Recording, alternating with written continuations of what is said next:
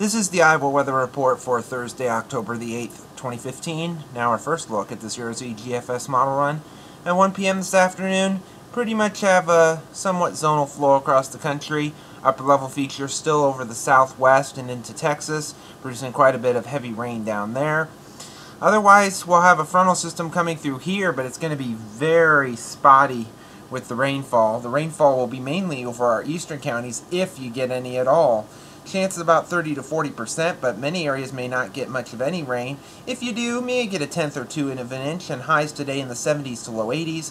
Then you can say goodbye to that for at least today here on Friday.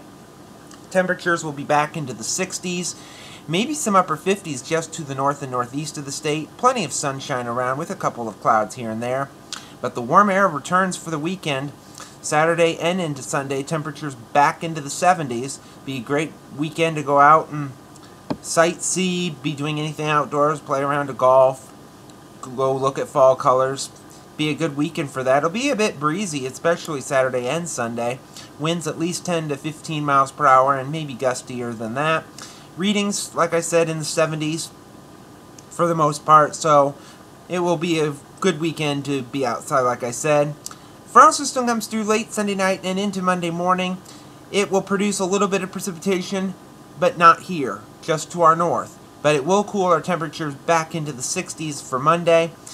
Still quite a bit of sunshine around, maybe a couple more clouds on Monday.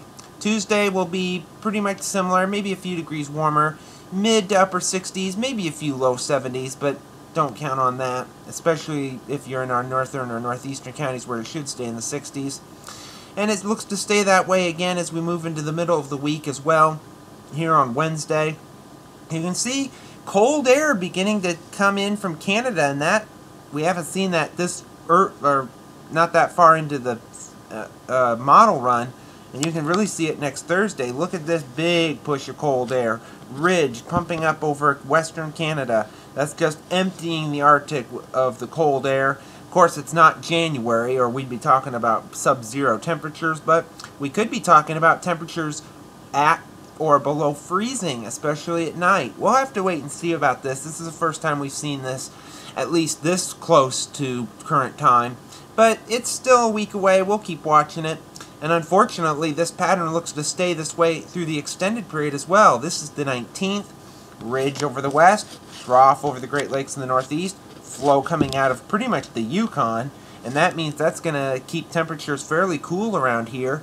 We may see some moderating temperatures for a day or two, then another system comes through and drops the temperatures again. We might note also on this model it shows most of the precipitation not falling here. We could go a week or two without precipitation after today, so if you get some precipitation, be lucky. You may not get much after this point. Even here on the end of the forecast, the 23rd, ridge over the west, trough over the east, especially around the Great Lakes. Upper level feature just off of San Diego, could produce rain there. A little bit of precipitation, mainly in the form of some wintry precipitation in the Great Lakes, mainly into eastern Canada. But still, high and dry and fairly cool, if this is to be correct. Satellite image from last evening. You can see the upper level feature over the south and west, producing some showers and thunderstorms in New Mexico and Texas. Some high and mid-level clouds to our north and west. That's with our next storm that'll be coming through later today. Elsewhere, it was quiet, and it still is on the watch warning map as well. Some flash flood watches and warnings around and just to the east of El Paso. A couple of storm issues off the northwest coast, and that's with a storm that's going to sweep into the area later in the week. It'll produce a lot of rain around Seattle up to Vancouver and into Canada.